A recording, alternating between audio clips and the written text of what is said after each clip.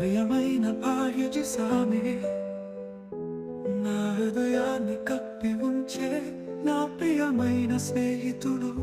ప్రియా రక్తమా, మాతృభాషను విడిచిపెట్టింది పరాయి భాషను కోరిన అమ్మాయి. మీరు పాడగలరా మరియు మీరు నృత్యం చేయగలరా? మలయాళంలో స్నేహపూక్తాయి.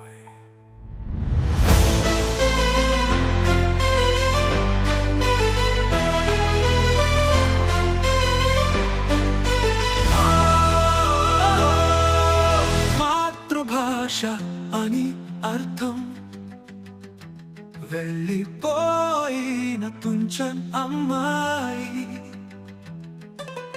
తల్లి లేదా తండ్రి పిలవడానికి